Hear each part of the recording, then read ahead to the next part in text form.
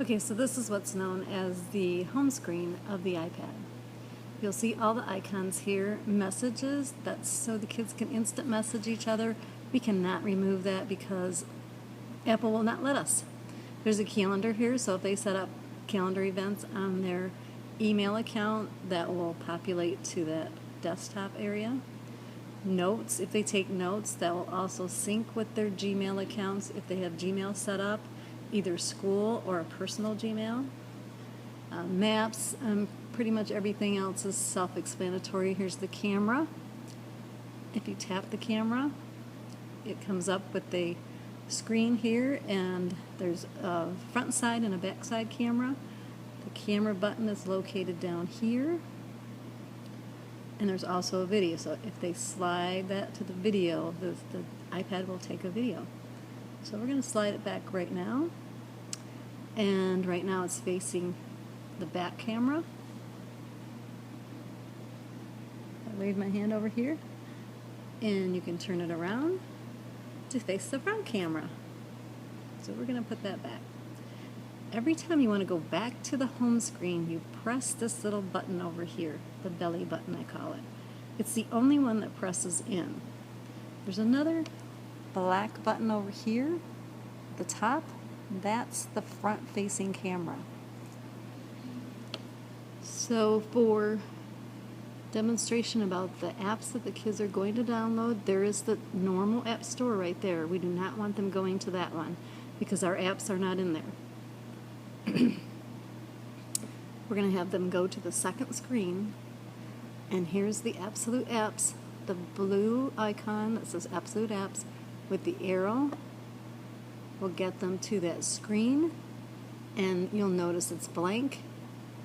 You want to tap the App Store at the bottom, and there are all the apps that the Manchester Schools App Store contains. This is where we will place all of the paid apps as well as the free apps that the teachers and students will use in the classrooms. So middle school will have Accelerated Reader, high school will not, because we do not use Accelerated Reader at the high school. And their install button is over here, install button here, and the apps will, once you press these, it's going to always select install, never view in the App Store because it's not the same app, and install. And here is where you're going to put your Apple ID account. If you are using the free app account, if you're 13 and under and you do not have an iTunes account, you will use the free app account that the school provided, but we highly recommend that students have their own Apple ID. You can create a Apple ID without a credit card. So we're going to cancel out on this and dismiss it. So those are all the apps that we've downloaded. Once we see how you can swipe and just with your finger go up and down. Those are some basic things that you can do with the iPad. Always hit the home button, and there's screens, so you swipe over. Eventually the kids are going to have several pages of apps. So you see that little button right there, or lit up dot? That means that there's 2 pages of apps. It goes back and forth. I have about 10 pages of apps, so I can scroll and scroll and scroll, but it's easy to just swipe. And if you want to open an app, you tap it. Now this is the Absolute Safe app. This is where the documents will go. Documents are right here, and the basic documents that we have in there now are middle school handbook, iPad insurance, and acceptable use policy. If you tap that, this is a big one, and it's not downloading, it will. And there is their whole entire student handbook. Now if you want to make it bigger, you can. You take 2 fingers like that, you make it bigger. If you can't read it and you need it to be larger, or you squeeze your fingers together to make it smaller, or you can double tap and make it bigger and smaller. Doesn't make it as big though as if you expand your fingers. So we'll tap out of that. Now parents, this is the place that you can go to see internet access on your student's iPad. So tap the home button, and you'll notice all these icons on the bottom.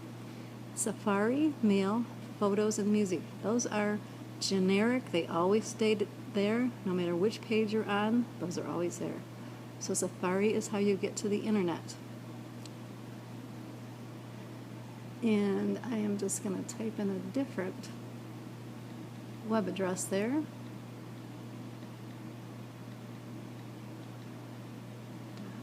Which is our school home page.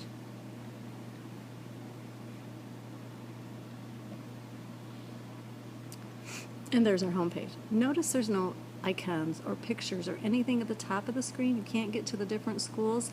That's because iPads do not have Flash Player, and that needs Flash Player in order to work. But you can see down here, again, I'm going to use my, hold on. I'm going to go back. I can use my fingers to make this bigger, and I can tap that one-to-one iPad, and there's lots of things there. Here's all of our documents, acceptable uses, and there's a iPad basic tutorial right there too that has a lot of information like this on it, but we wanted to be specific to the school. So, how do you check your history? Right here, that little book that's up there. If you tap it, it says bookmarks. This is where the kids can add like favorites. You can also see the history. So I've been to Manchester Community Schools a couple times, a download app, and the Absolute Manage Logon. And eventually this will accumulate many, many, many sites. Most of the kids do not know this. So they can clear it. As you can see, right there, clear history, and it's gone. So if they do that, there's no history on their iPad. That means they know where that is, and we cannot control that. So if you're curious about where they're going, that will accumulate the history. So now I've cleared it, I don't have any history. So that's some of the basics. I don't want to make this too long because it'll take a long time to upload, but we will create some more videos for you.